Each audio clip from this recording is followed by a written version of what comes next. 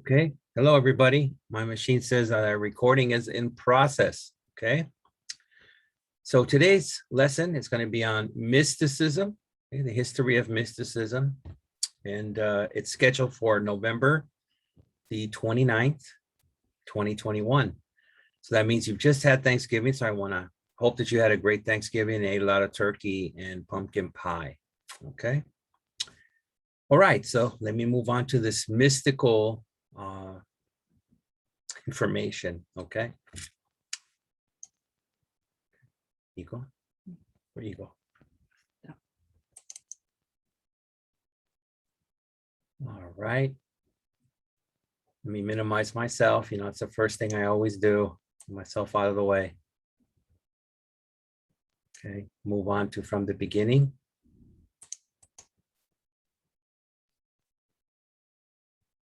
Okay. Doesn't want to say the name of the class. Here it is. Introduction to the World's Religions. Okay. So I told you again, it's for November 29th. A few days, it shall be December, but I'll just give you a peek here. Is it going to say? Doesn't want to, does it? Okay, there it goes. I'll cover it up. All right. That is that. We're on our way. Okay. And hopefully I don't get attacked by any ghosts. It's been a while, but sometimes the ghosts come back and they're very angry, you know. So I'll start to read now. Mysticism. Okay. The word mysticism eludes definition. Eludes is a high-level word meaning to escape. So it's hard to put an exact definition on the word mysticism. Okay. So that's what that means. The word is a Greek derivative, which means it comes from a Greek root, denoting or showing the practices of those who have been initiated into the mysteries. Initiated means started. So, you know, again, if people want to speak in a high level, they might say, I was initiated in this group. I was started in this group, you know. I initiated my studies at college. I started my studies at college. But the difficulty of a definition is born of the contentions of mystics that their experiences are ineffable or unable to be captured in language. Okay, so there's a lot of big words there, or maybe what some American people slang term would call gobbledygook, you know. But what that means basically is that people who are involved in mystical experiences, or here's a term right here called mystic. You're a mystic. You're probably familiar with the term shaman. Okay, so a shaman would be a mystic. Another word could be witch, right? The male version is a warlock. So they tend to say that the experiences are ineffable, or you can't really give them a meaning, right? Maybe undescribable. There's not, it's just not, cannot be captured in language. So it means you can't quite have the correct word in any language. That's how they feel about mystical experiences. Okay, it's kind of like it can be confusing, but you know, I'm just trying to say maybe they're trying to make it confusing, but it's kind of like saying someone tells you, or someone asks you, can you describe the feeling of purple? Well, you know, how the hell are you going to describe that? You know, the feeling. Now listen to me, the feeling, not the color. You could say, oh, grapes are purple. Blueberries are purple, right? That doesn't describe the feeling. So a mystical person might say there is actually a feeling to purple or green. Green is a healthy feeling, you know. So this is the issue with mystical things, is the actual translation. Okay, so continuing, we are right here. Where's that marker? Okay, it is not unusual for such experiences to contain or have contemplative visions. Contemplative means thinking. Visions is something that you think about a lot and can't really be captured. There could be voices. People say, I heard a voice. If you remember, we talked about Christianity and Moses being spoken to by the burning bush. A voice came out of the bush, right? And then ecstatic states of consciousness. Ecstatic is, best way to describe that, it's beyond happy, okay? You could be happy, oh, I'm so happy, it feels good, but ecstatic, it's like you can't even, there's not a word to describe it correctly, right? So again, these terms tend to be used by mystics or shamans, and makes it very hard for the regular people to give a correct meaning about these things. Mysticism could be defined as the pursuit of transcendent. Ooh, another big gobbledygook word there, transcendent. People talk, they'll say things like, when you die, your spirit will transcend the physical, which means go beyond it, right? So they talk about you're feeling like you go into another dimension or world. It's transcendent, you know. Whether that's true or not depends on the individual. If you're a person that's had this mystical experience, I guess for you it's true. For another person just listening, they might say, I don't believe in that crap. It depends. Okay. Mysticism could be defined as the pursuit of the transcendent, right? Unitive experience with some absolute reality. Another one is a feeling of unity, where you can possibly feel this great love for humanity, right? Instead of just your regular, I'm a single person that goes to work and does whatever. You get into this mystical, ecstatic state of consciousness, and you say, oh, I feel the brotherly love for all people. And then some, it's just a cold, absolute reality, right? Each faith, you know, Christianity, Islam, Judaism, you know, Buddhism, doesn't matter, has its mystics who have sought out a different kind of knowledge of a supreme being. If you remember in Christianity, the Bible was spoken to a man, and man wrote down what he heard from angels, right? So that in itself is one of the mystical, transcendent experiences. So here we'll go with some characteristics here on the bottom. Characteristics of mysticism. Some philosophers flesh out the concept. That's just writing words, you know, bring out the concept of mysticism by pointing to the characteristics of the experience itself. So they'll try to say, well, if we talk about the experience, maybe you can understand it better than someone trying to give some terms to an experience that's difficult to give terms to. Those who, like William James, have had a mystical experience reported as. So this person, William James, is going to report it. So let's see what he has to say. Okay, these are the characteristics that covers all of them, right? Not all in one, maybe all in one, but some usually have one or two, okay? And I'm just checking on my book here. Okay, first is transcendent. If an experience is transcendent, it lacks a discernible geography. Again, that's where I talked about people going to another dimension or their mind goes to the past. So you can't really pinpoint it for geography. Put it another way, you don't know where the experience occurs or happens. It lacks space-time coordinates. That's another thing. The regular person says, well, what time did this happen? Where did it happen? Like I said, I don't know. I blacked out, and then I was in this room and people were floating, and there's no calendar, or person's not wearing a watch, or who knows what, right? I mean, that's what they used to say. You weren't wearing a watch. Now, I guess in modern times, they would say you didn't have your cell phone with you.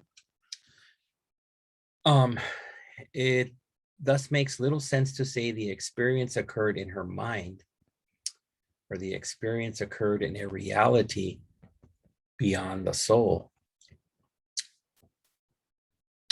The experience is thus unlike seeing the stop sign in the corner of Main Street, but it may not be inappropriate to claim that the mystical experience is like your reflection on the piece of music you heard yesterday. All right. Next characteristic. Ineffable. Mystics such as St. John of the Cross and St. Teresa of Avila hastened to point out, means they were reluctant to point out that since the experience is not rationally decipherable, right? You cannot decipher that you felt you went back in time, or you floated above your body and saw your regular body on the bed. That's not rationally discernible. It cannot be captured verbally in a manner that other experiences are. Like I cut my foot, I drank too much alcohol, and I got sick. Naturally, this ineffability raises difficult epistemological questions, religical questions, that will go on over in the chapter on the alleged proofs of God's existence. These problems of knowing include, but are not limited to, assessing what the experience means, both for the experiencer and the non-experiencer, and what it proves about the reality, content of the experience. Interesting stuff, huh? Noetic. The mystical experience purports or claims to convey some illumination about the meanings of your life or about reality itself. Noetic also implies that some truth has been realized. Some truth. What does the experience mean measured against the rest of your life? What kind of reality exists beyond the confines of your everyday experience? So they're trying to say here, well, what is actually beyond your where you live, where you work, what you do? Is there really a reality beyond that? And then you have ecstatic. Mystics point out that the experience are ecstatic since they fill the soul with bliss. And again, bliss is like the highest range of happiness. Or peace, that's another one, that's all calm peace. And usually what follows after the feeling of peace, there's peace in the world, it's the brotherly love, okay? Accounts of mystical experiences include the claim that experiences of everyday life seem trivial or small by comparison with this spiritual ecstasy. Everything else seems as a straw, wrote St. Thomas Aquinas after his vision of God. So what he's saying is, every human, every people, and every country have their problems and what they consider to be big problems, and then important things in their life that they worry about and try to achieve or fix. But once he had this experience where he saw God, he says, oh, that are just, they're tiny, they're nothing compared to the feeling of being with God. And I guess he's talking about happiness too. Some people unfortunately get happy with alcohol or drugs, right? Other people maybe food. So just imagine the happiest you can get on that, if that's what you love to do, or acquiring money or what have you. And he said that those things are nothing compared to the happiness he felt when he saw God. But you can't really describe it. Well, what kind of happiness was it, right? Okay, unitive. The experiences are claimed to break down ordinary experiences with their walls between subject and object. In ordinary perception, it is tempting or exciting, enticing to view reality in two parts, subject, meaning you, and world.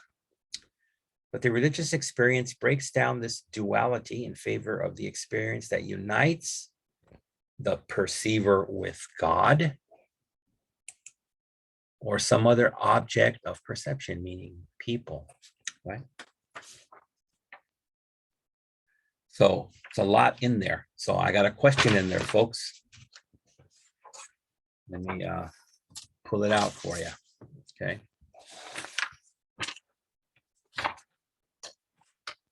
Hope everybody's not too full from all that turkey.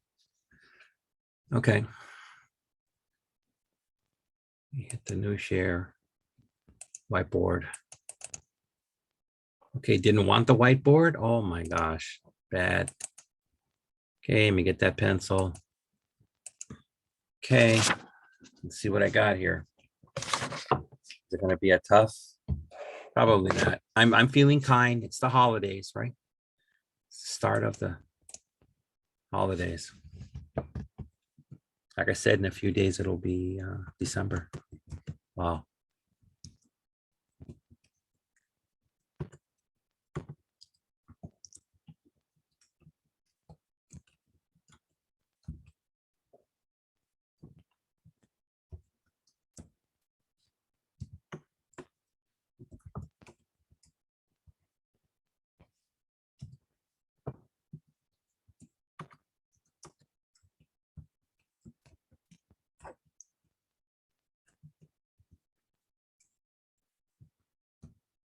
Let me see if I can stretch this, baby. Disco baby, come on, let me stretch you. One more time. All right. So list the 5 characteristics of mystical experiences. So I just spoke on this. Just list them. I don't want a definition. That'll take forever. You should know it. I talked about it. You saw it. You can read it again. But just list here what the 5 are. Okay, that's all. Go ahead.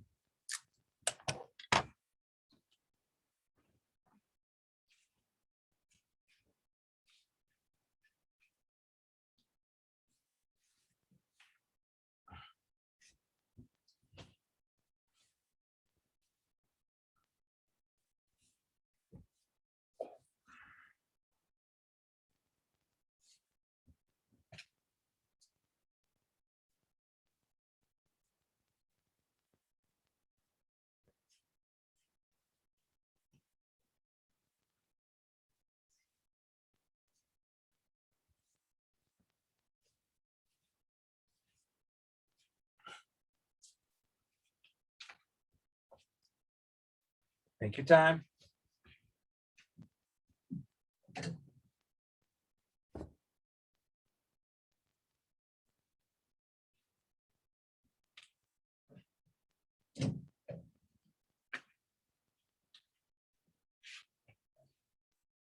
guys doing okay there? Getting hot in my room. Take off the inner sweater. This room is just a hot room. I hope the ghost is not turning the heater up on me. Ghosts will play tricks, you know.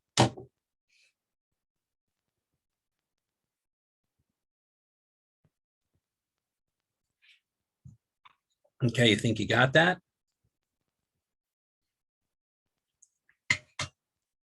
Alrighty then. Or it's just list them. Let me go for the eraser. Repeating, list the 5 characteristics of mystical experiences. What are they? What do people feel? Right? All right. So let's go back to the material. Now, let me mark off that I asked you this. Got this out of the way. Okay.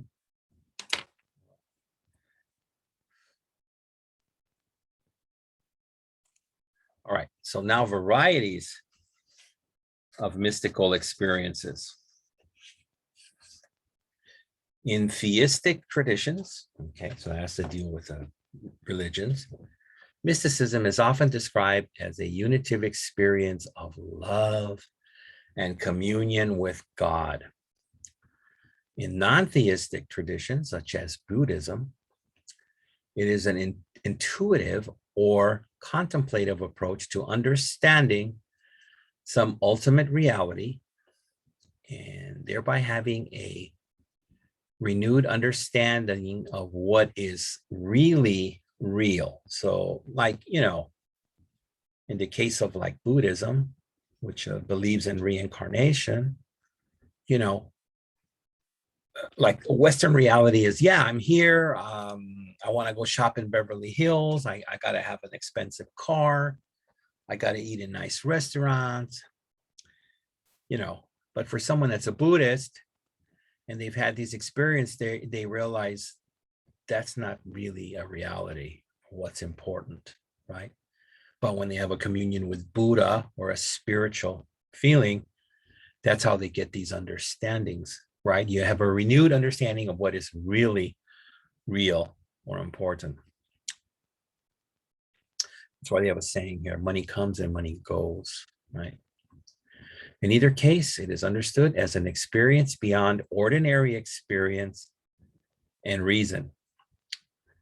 This does not necessarily mean, however, that the experience is antagonistic to logic or reason. Antagonistic means goes against, right?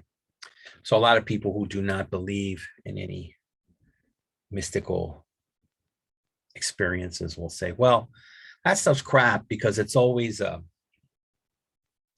it goes against logic and reason, but what they're saying here is that's not always the case. All right. Mystics in the Roman Catholic tradition claim that the soul undergoes a purification, which means cleaning, often called the purgative way, which leads to a feeling of illumination and greater love of God. The illuminative way, illuminative means lighted, okay? After a time, the soul may be said to enter into mystical union with God, the unitive way, which begins with consciousness that God is present to the soul. So just imagine, if you feel, you're like, I don't know about this soul crap and God, then I don't think you can really feel these things, right? Unless something happens to you that puts you in a situation like that. And that's usually people who are like, I had a bad car accident and I blacked out and then God spoke to me.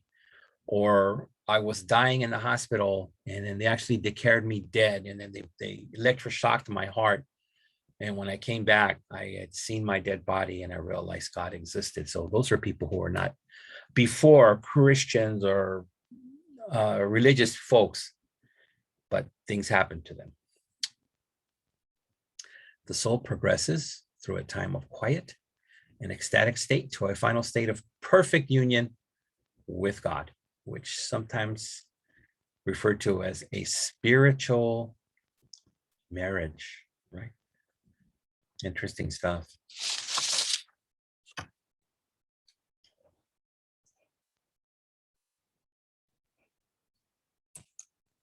Okay, we get our first essential fact here. It is not unusual that late in the process, there is an experience where the contemplative or thinking finds himself completely deserted by God and any hope beyond the power even of prayer. In many ways, this experience is called the dark night of the soul. It is the antithesis of the joy found in mystical experiences. So that might be kind of hard to describe, right? But I just saw something that was perfect. I was watching last night, in fact, I was watching YouTube and they interviewed this very famous singer. He was very famous when I was a young guy, and then he had a long career. He died recently, but this was an old interview with him. And they talked about his career, and it's kind of the typical, start out young and famous and powerful and then get into drugs and alcohol. So I guess he was always a Christian, but his life had gone down so badly with, I guess, his second bad divorce and his addiction to cocaine and alcohol and other drugs. And this is what they're trying to say here. He said he felt, deserted by God, and prayer wasn't even helping, but he just continued to pray. He says, every night I cried and I prayed. And this was his dark night of the soul. But he said later God did appear to him and help him out of his situations. Okay, so this is what they're talking about here. People who do not believe in God at all don't have these experiences. Examples of such mystical experience are plentiful, or means many, throughout the world's religions.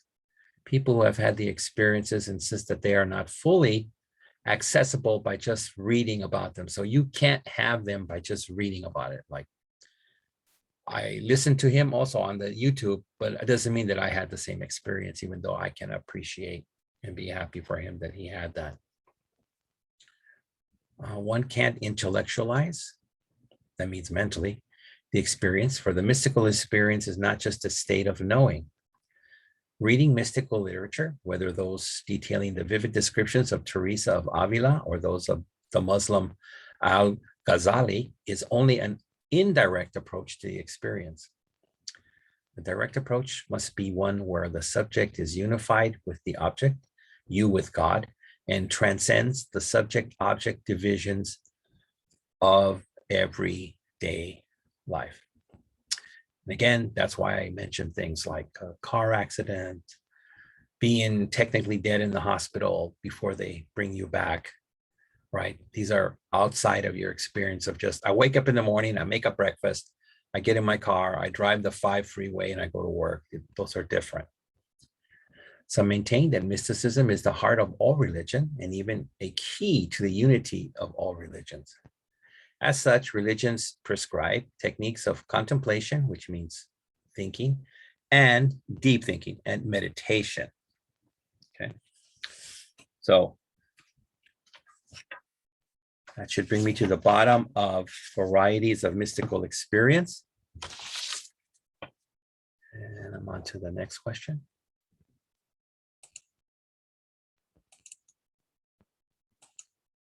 Question 2.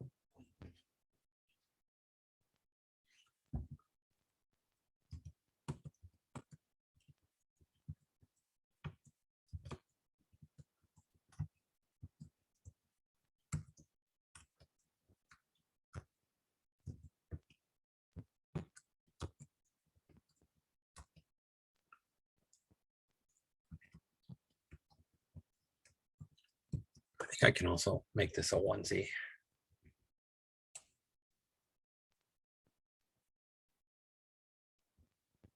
Okay, how is mysticism described in theistic or religious traditions?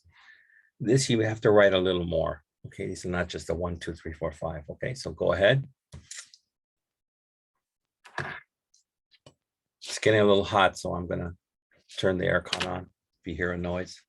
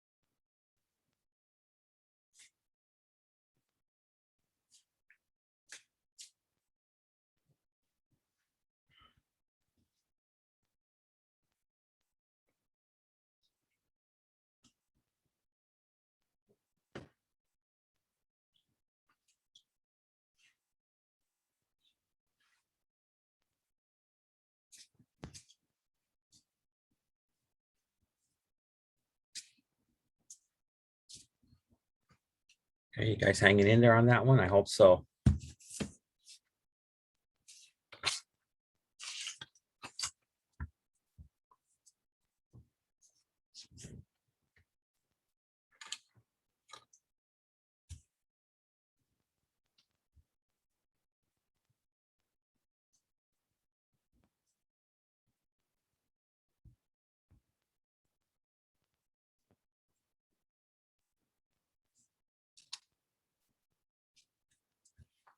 Okay, give you a couple more minutes on that.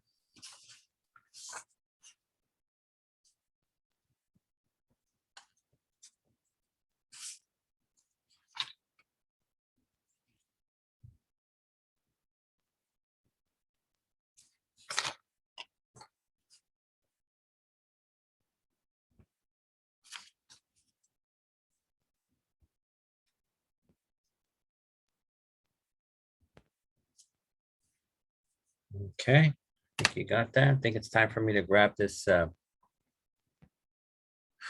eraser. Okay. How is mysticism described in theistic religions? So give me the actual meaning. You have to actually unite two things, okay? All right, that's a hint for you. All right, that's done. Let's go back to the material. So we stopped here at the bottom with the contemplation and meditation.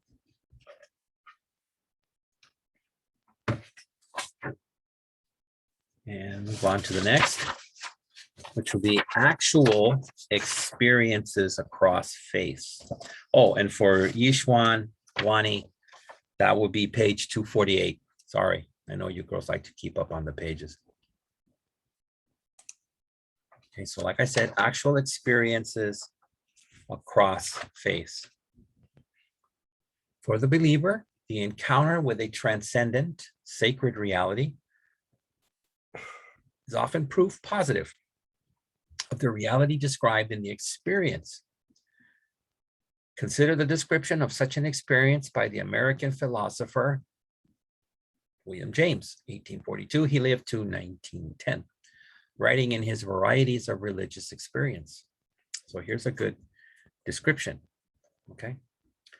All at once, I experienced a feeling of being raised above myself. So he's talking about his soul. Like I said, people who are called clinically dead, they go beep, they flatline in the hospital. They supposedly rise above the room and they watch the surgery on themselves and the doctor saying he's dead, and then, get the electric shock. Let's try to bring him back. So continuing, Mr. James says, I felt the presence of God. I tell of the thing just as I was conscious of it, as if his goodness and his power were penetrating me altogether. I sat down on a stone, unable to stand any longer, and my eyes overflowed with tears. Then slowly, the ecstasy again is the highest level of happiness.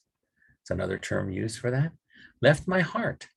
That is, I felt that God had withdrawn his communion, which he had granted or given, and I was able to walk on. The impression had been so profound that in climbing slowly the slope, I asked myself if it were possible that Moses on Sinai could have had a more intimate communication with God. Remember, I talked about the burning bush speaking to him. I think it will add that in the ecstasy of mind, God had neither form, so God didn't have a form, didn't have a color, no smell, no odor, nor taste. Moreover, that the feelings of his presence was accompanied with no determinate localization. So couldn't see him, right? So he couldn't tell you. He came in the window. He was behind the bed, right? He was just there, but you couldn't see him. You couldn't smell him. I don't know why he's putting taste in there, but some people actually, in moments of great fear or ecstasy, there is a certain taste that they have in their mouth. At the bottom, the expression most apt to render what I felt is this meaning that the bottom will tell you what is a higher meaning. God was present. That's all that's trying to say, is God was present. Though invisible, see, he fell under no one of my senses, yet my conscience perceived him. So that's why he's using taste. He's saying, humans have five senses. None of them worked in trying to see him, identify him, or anything, even hear, I guess. But my consciousness, right? And when you're awake, you are conscious, perceived him. James regards arguments for and against the existence of God as inadequate, right? These arguments that say God doesn't exist or God exists compared to his mystical experience of the presence of God. No wonder then that he regards issues in philosophy such as the existence of God, of the soul, and immortality as very much open questions that haven't been settled by science, right? And isn't science always telling you that these issues have to be settled by science? Because religious experiences are ridiculous, where one can hold a position without fear of ridicule. Ridicule means being made fun of or worse, or worse. Okay. Where's that little arrow? So, okay, I have a question there.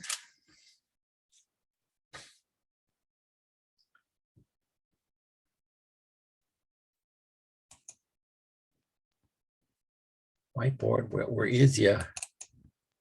Okay, pencil. Question 3.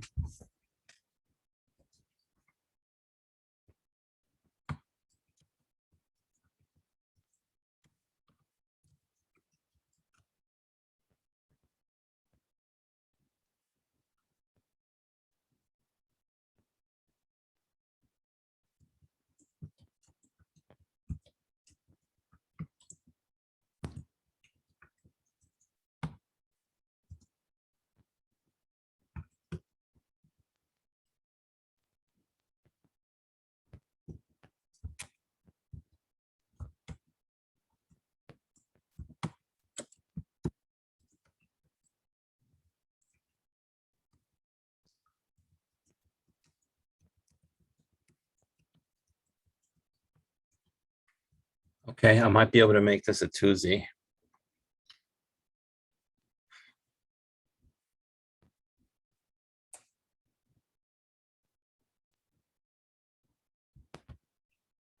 Okay. For the believer, an encounter or a meeting with a transcendent sacred reality is considered what? What do they feel? This is what a believer will tell you, not a non-believer. So go ahead.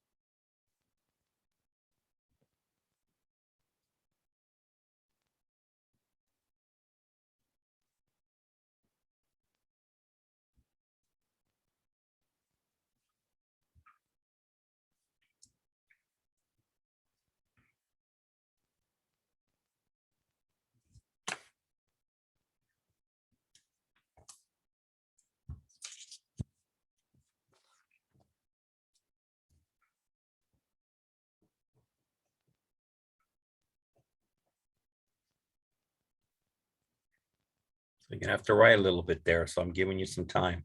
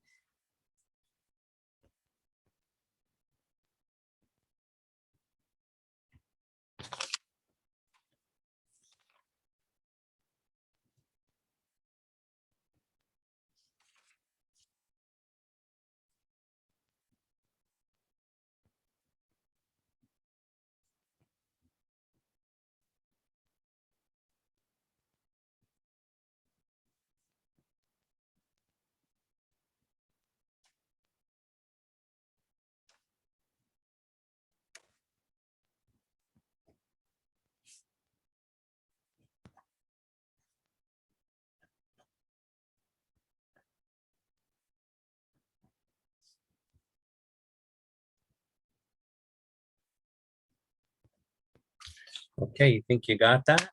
All right. Turning the fan off. Okay.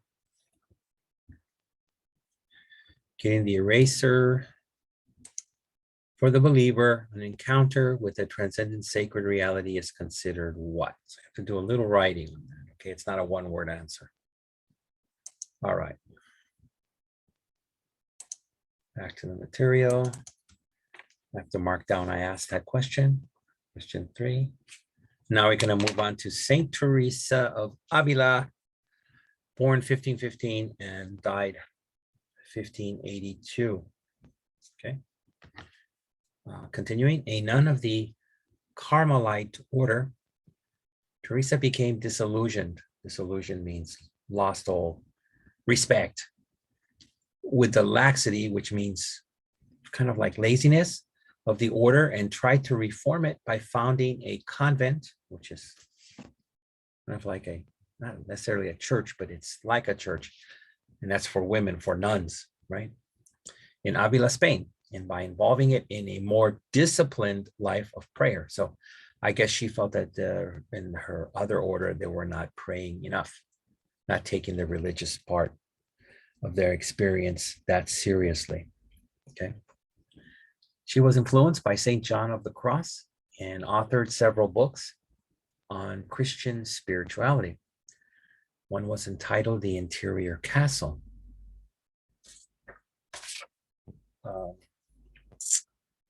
The castle she referred to was not a material structure, not a real castle, made of stone, but an interior one, the soul. Okay. This soul has many wonderful rooms, she explains, alluding to John or referring to John 14:2. The number of the rooms is 7, since in the biblical tradition, 7 is the perfect number. The ultimate goal is to occupy the central room and experience spiritual marriage. This is the second time this word has come up, spiritual marriage, with a divine reality. Okay. In the poetic language of St. Teresa, this occurs in the interior, in some place very deep within. This place is the soul. Teresa wrote movingly not only the indescribable mystical union with God, but she also stressed the continual struggle of attaining heightened levels of spiritual existence. In the way of perfection, she instructed nuns and offered a memorable account of how difficult the spiritual journey is. And we will now go into that account for you. Okay.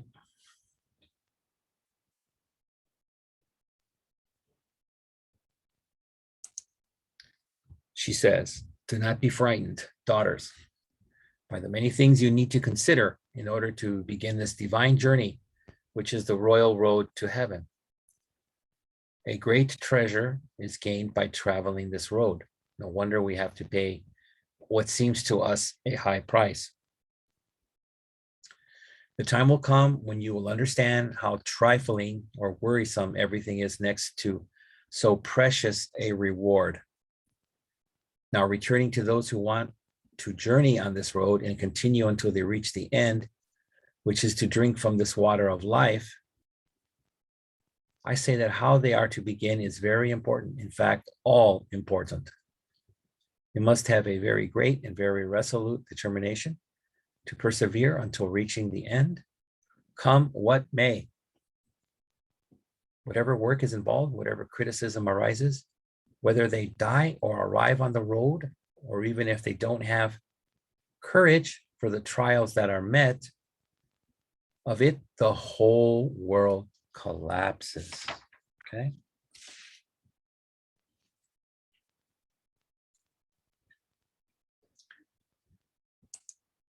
So back to the book. If the way of perfection explains the preparatory or pre-work for the unitive experience with God, her book, The Interior Castle, reveals vividly or strongly the experience itself. A poem in this section is entitled Occasions When God Suspends the Soul in rapture, ecstasy, or trance. In her poem, Saint Teresa captures several characteristics of the mystical experience. She writes of the ecstasy and rapture, which, however brief, occur when God takes the soul entirely to himself. She also claims that the experience is all-embracing for the soul, and the soul seems incapable, not being able to grasp or understand anything that does not awaken the will to love. See, there's that love and communion. The unity of the soul with God is not something the soul can speak of afterward. Again, mystics cannot describe it in real words. The unity occurs between the soul and God. Teresa was canonized by the church and proclaimed a doctor of the church by Pope Paul VI in 1970. She is recalled today as a great Catholic mystic. Okay.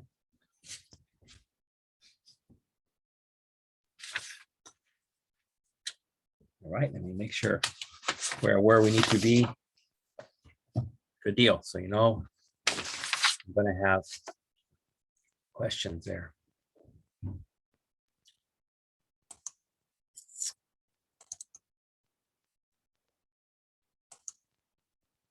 So it's a long reading for Wani and Yishwan. It's a 248 to 249.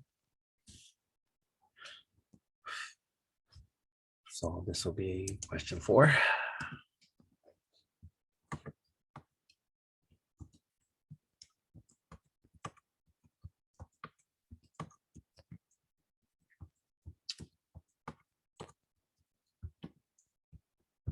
So a basic one, who was Saint Teresa of Avila? Please give me her background information. Okay.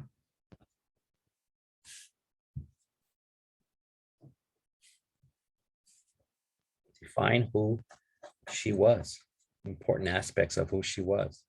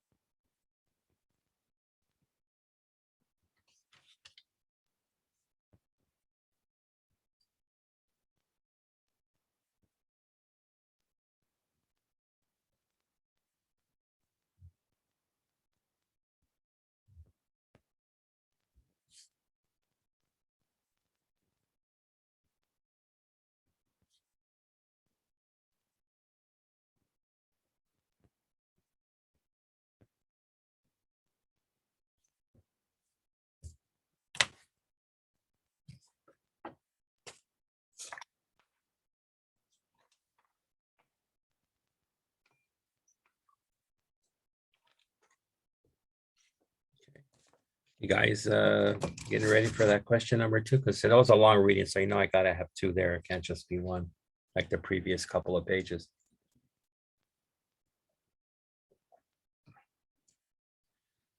Okay, let's move on to question 5.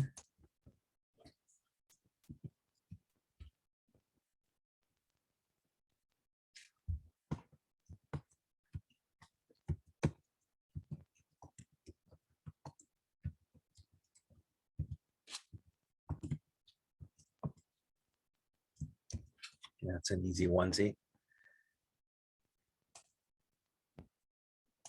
All right, what did she write movingly about? So we got into 2 of her books, so that should give you the information. And remember, I try to help my students. If you just pay a little bit of attention, if you look for this word movingly, you'll find the information in the reading. So let me know, okay, what she actually wrote movingly about.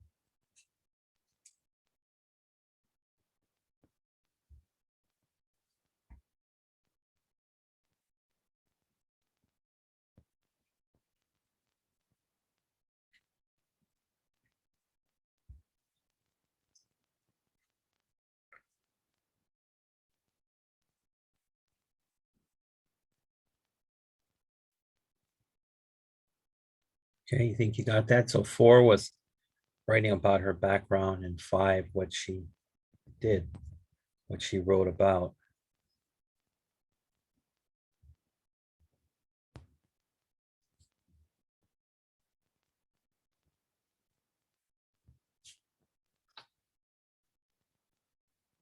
All right.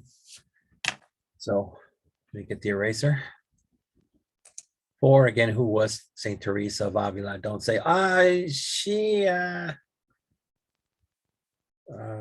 worked at McDonald's over on 6th Street. No. And what did she write movingly about? Say, I don't know. Could she write when she was moving? Okay, don't be silly. Right. So we've asked 5 questions. So we're at the halfway point.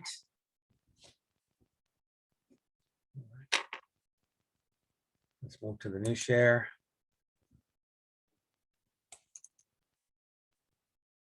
Okay, I think we jumped the shark here. Let me see.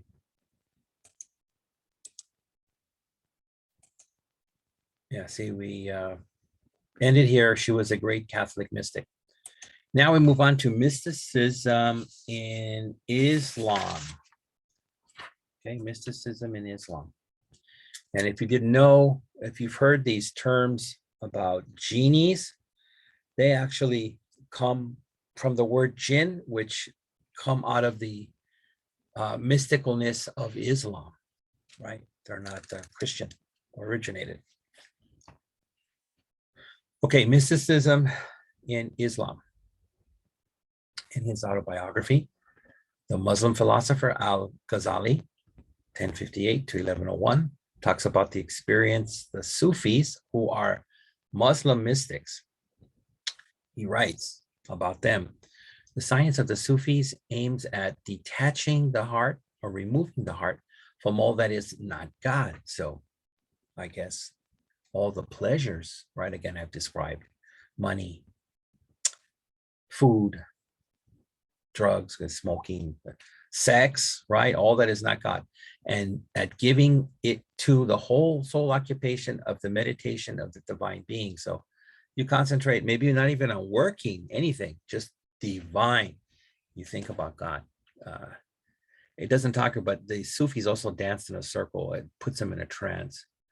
Theory being more easy for me than practice, I read until I understand that all I could be learned by study and hearsay. Hearsay is what other people talk about it, kind of like gossip. Then I recognize what pertains most exclusively to the method is just what no study can grasp, but only transport ecstasy and the transformation of the soul. Okay, so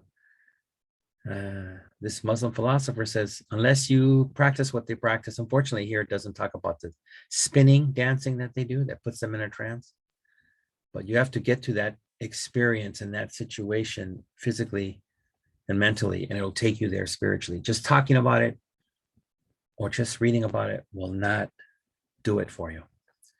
Then Al-Ghazali compares reading of mystical experience and having one himself to knowing about health and being healthy. The point is that being healthy far exceeds the importance of merely knowing about health, as being in the mystical experience makes knowing about it pale by comparison.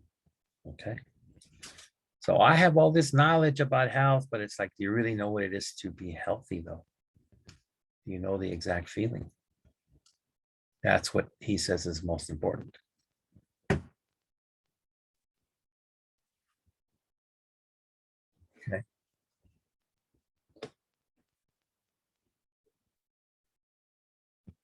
He continues. How great, for example, is the difference between knowing the definitions of health, of satiety, which means when you're full, with their causes and conditions, and being really healthy or filled. How different to know in what drunkenness consists as being a state occasioned by a vapor that rises from the stomach and being drunk effectively.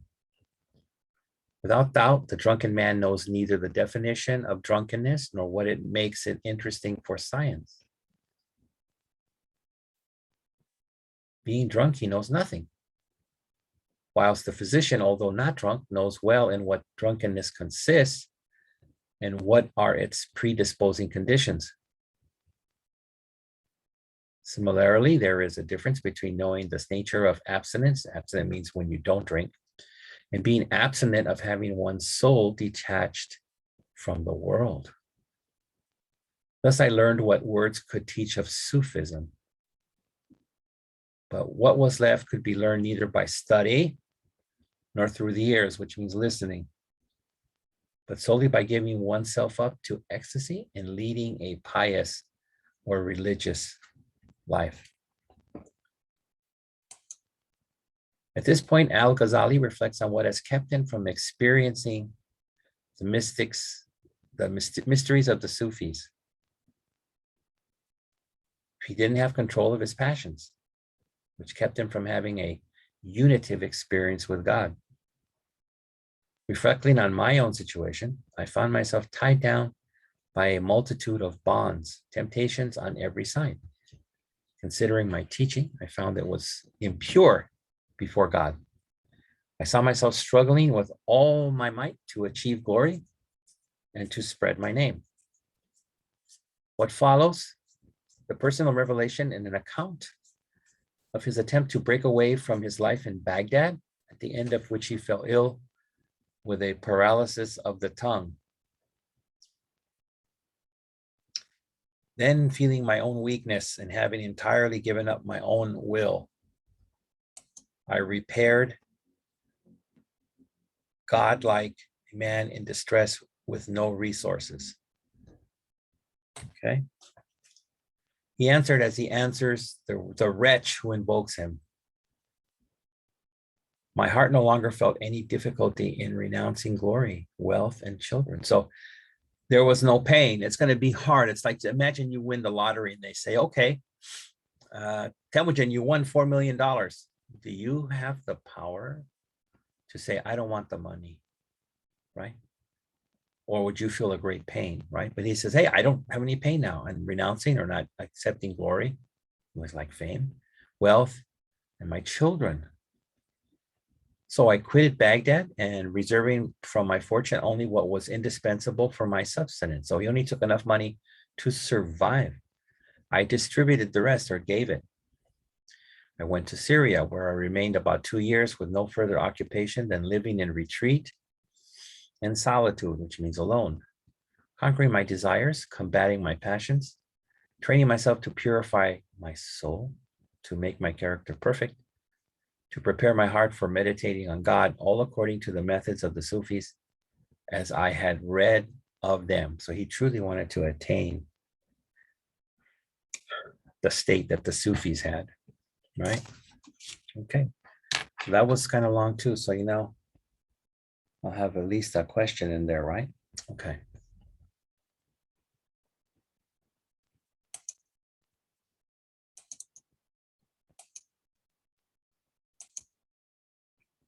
This will be question 6.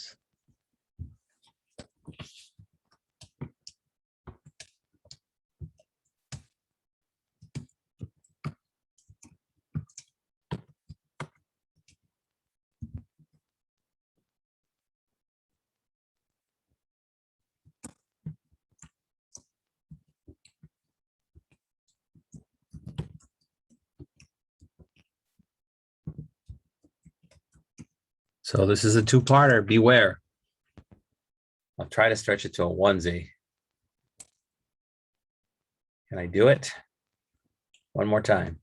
Okay. Who were the Sufis and what was their science? So this is 1 definition. This is 2. So take your time.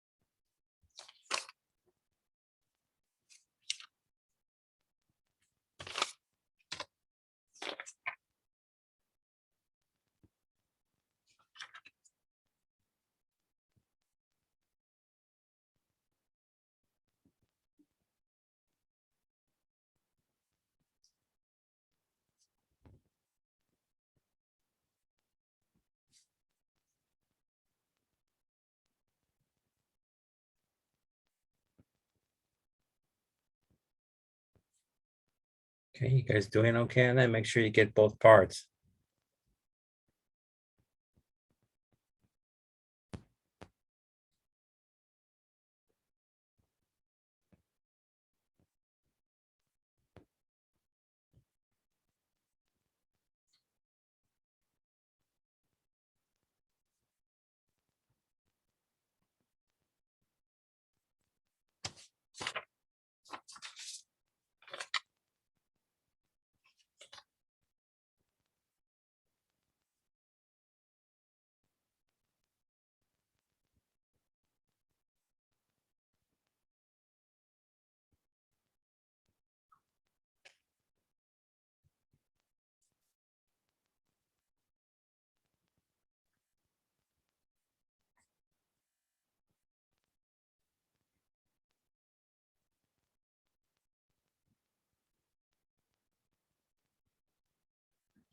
Okay, I'll go for the eraser now, because I only have one question in mystical Islam. Let me mark down that I asked it.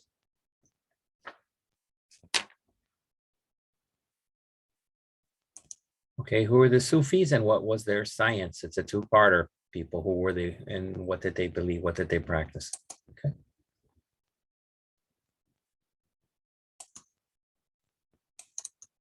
Now we're going to go to yoga, mystical experiences. That should be interesting.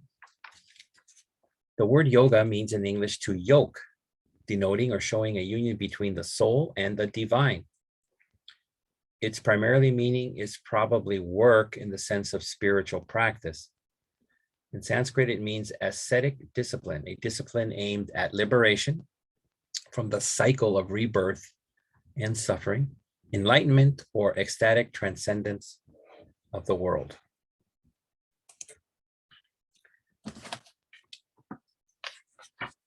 Make sure I know where we are. The Yoga Sutra was a how-to book on yoga practice. The true person or self that you encounter in meditation is entirely aloof or away from the world, not tied up with our bodily, emotional, and mental selves. In this sense, the yoga hankers for transcendence, which means desires, which is accompanied by breath control and utterly focused meditation by which one achieves a kind of mental silence. Whereas in the Yoga Sutra, the foundational text of yoga, a cessation, which means a termination of the fluctuations of mind and awareness. Here are some passages from the Yoga Sutra. I will go through these, but you don't really have to remember these. These will not be on the test. They're for your understanding. Now, instruction in yoga. Yoga is the cessation of the fluctuations of mind and awareness. Then the seer, the conscious being, rests in the true self. At other times, he identifies with the fluctuations. The fluctuations are of 5 types, and are either detrimental or non-detrimental. These 5 are veridical awareness, its opposite illusion, thought and imagination, sleep and memory. The cessation of the fluctuations is accomplished through practice and disinterestedness. So you just stop caring about it. Practice is effort to hold fast to cessation. Practice is firmly grounded only through proper effort, uninterrupted stretching over a long time. Disinterestedness is the intention to control on the part of someone who has no desire either for worldly or revealed objects, gold, silver. Calming illumination of the mind is further through friendship, compassion, happiness, and indifference to objects, whether pleasant or painful, virtuous or full of vice. So you don't care about anything, pleasure, pain, vice, good things, you're disinterested. Or this can be brought about by the controlled exhalation and retention of the breath. Or this calming illumination is brought by the particular activity centered on an object, a resting mentality. Or it is brought about by activity that's free from sorrow and humiliation. These methods of self-control and hyperconcentration are necessary and are used to attain the larger ethical and spiritual goals of yoga. For a yogin, sevenfold wisdom and insight, prajna, arise as the highest foundation. By practice of the limbs of yoga, impartiality is accentuated. Awareness is illuminated up to discriminative discernment, ethical restraints, constraints, asanas, yogic postures, stretching, breath control, withdrawal of the senses and concentration, meditation, and mystic trances are the 8 limbs of yoga. Of these restraints are non-injury, truthfulness, refraining from stealing, celibacy, and lack of avarice. So, like I said, you don't have to remember all of this. I'm reading it, so I'm getting tired, not you. But I might pick something out of here. It'll probably be very easy. So just pay attention. Just don't go, I don't have to pay attention to that crap. You know, you're there. Okay. All right. So should I read this first and then get to the next one? Okay, yeah, I'll do it. The ultimate goal of fierce concentration and meditation is samadhi, the final state of union with the divine and liberation from the cycle of life and death, which we talked about before. It is a state that cannot be adequately described within constraints of human language. So, you know, I gotta have at least one yoga question. It's getting hot again after all that reading, so. Pencil. This is question 7.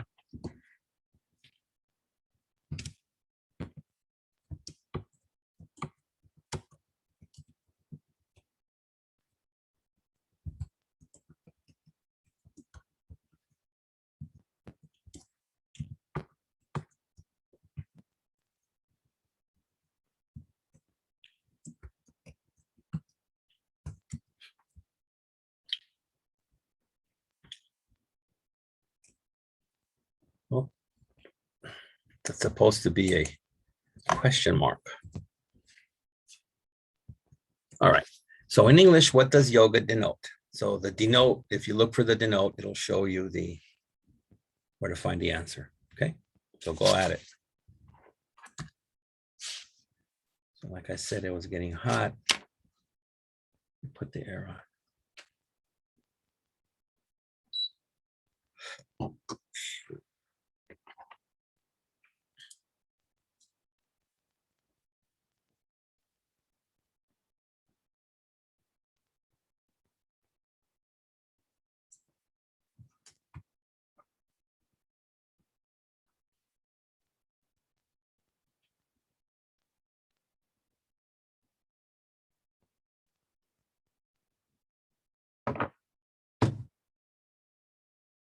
All right, that should not be difficult to get a hold of.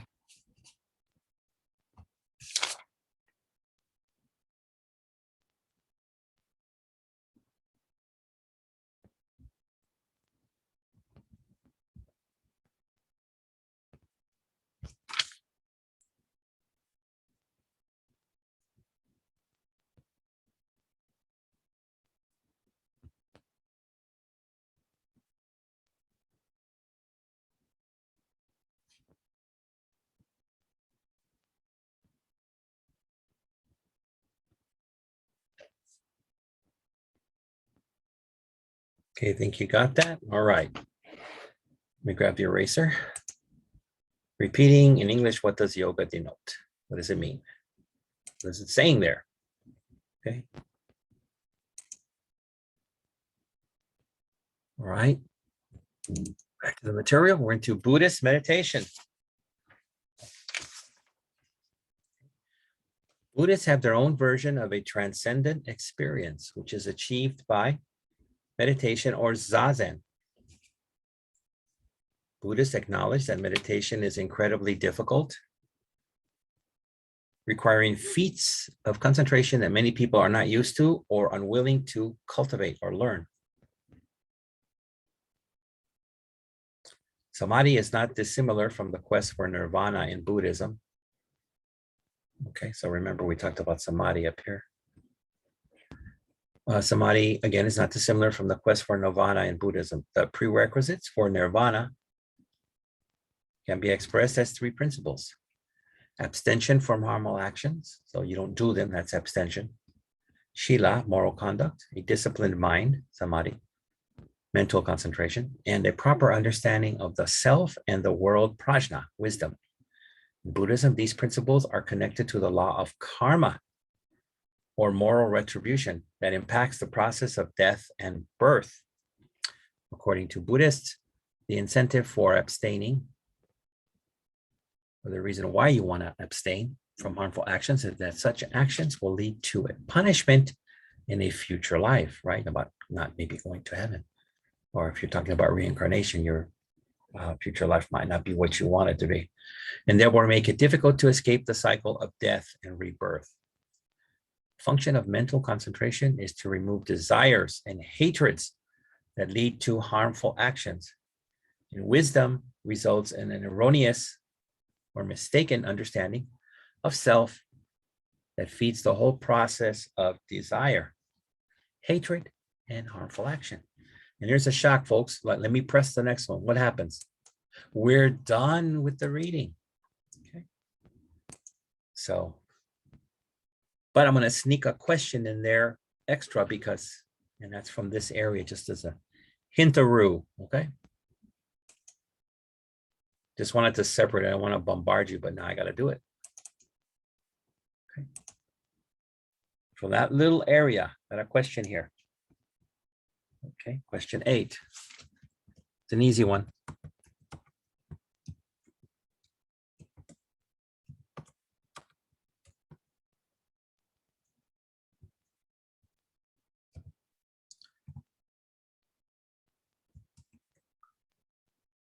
This was at the end of the yoga passage. So describe samadhi. So go ahead.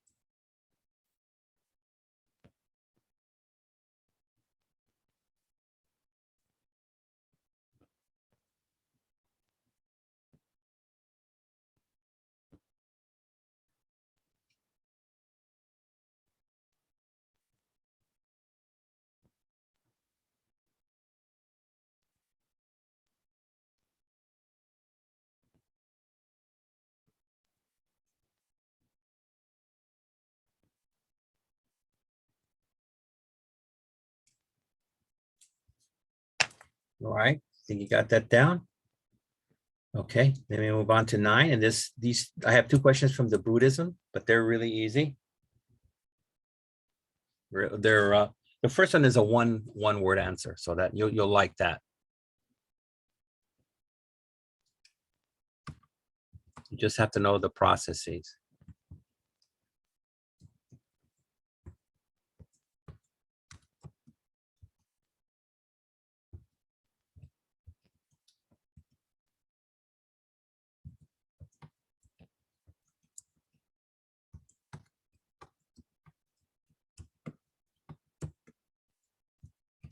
Okay, let me make that a onesie.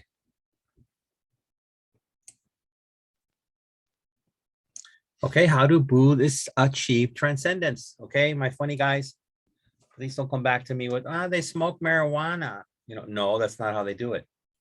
They get drunk. No. What is the technique they use to achieve transcendence? So go ahead, finish that, and I'll give you the last question for the day since we have finished the reading. Okay.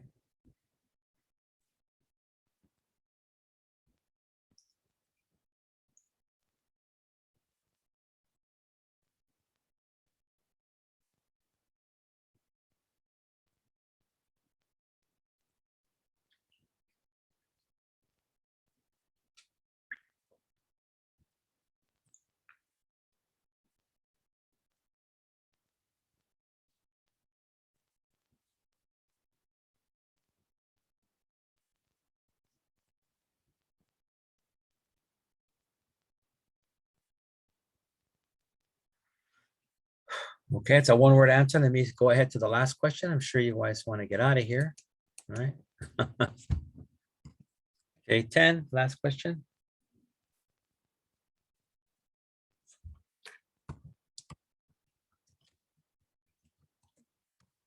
It's from the yoga passage. What is the law of karma?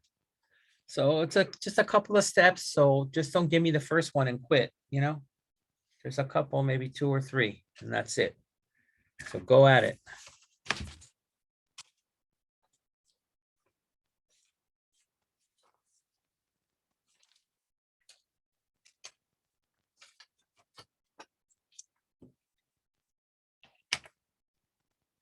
Again, if you could put 3, you'll get more points than the person that puts 2. And obviously the person that only puts 1.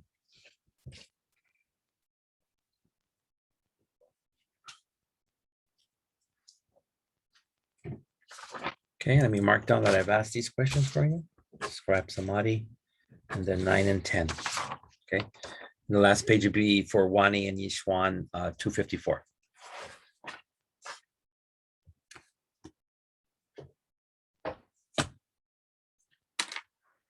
All right, you think you got those couple? All right, so going for the eraser. Right, 8, describe samadhi. Just please tell me what it is. How do Buddhists achieve transcendence? Please tell me the technique they use. Well, what is the law of karma? So you do this, something happens, or you do not, something else happens, okay? All right, so let me hit the stop share. And that's it for today. Again, I hope you had a great Thanksgiving, and prepare yourself. It will be December soon, okay, very soon. So until that time, take care. Bye-bye.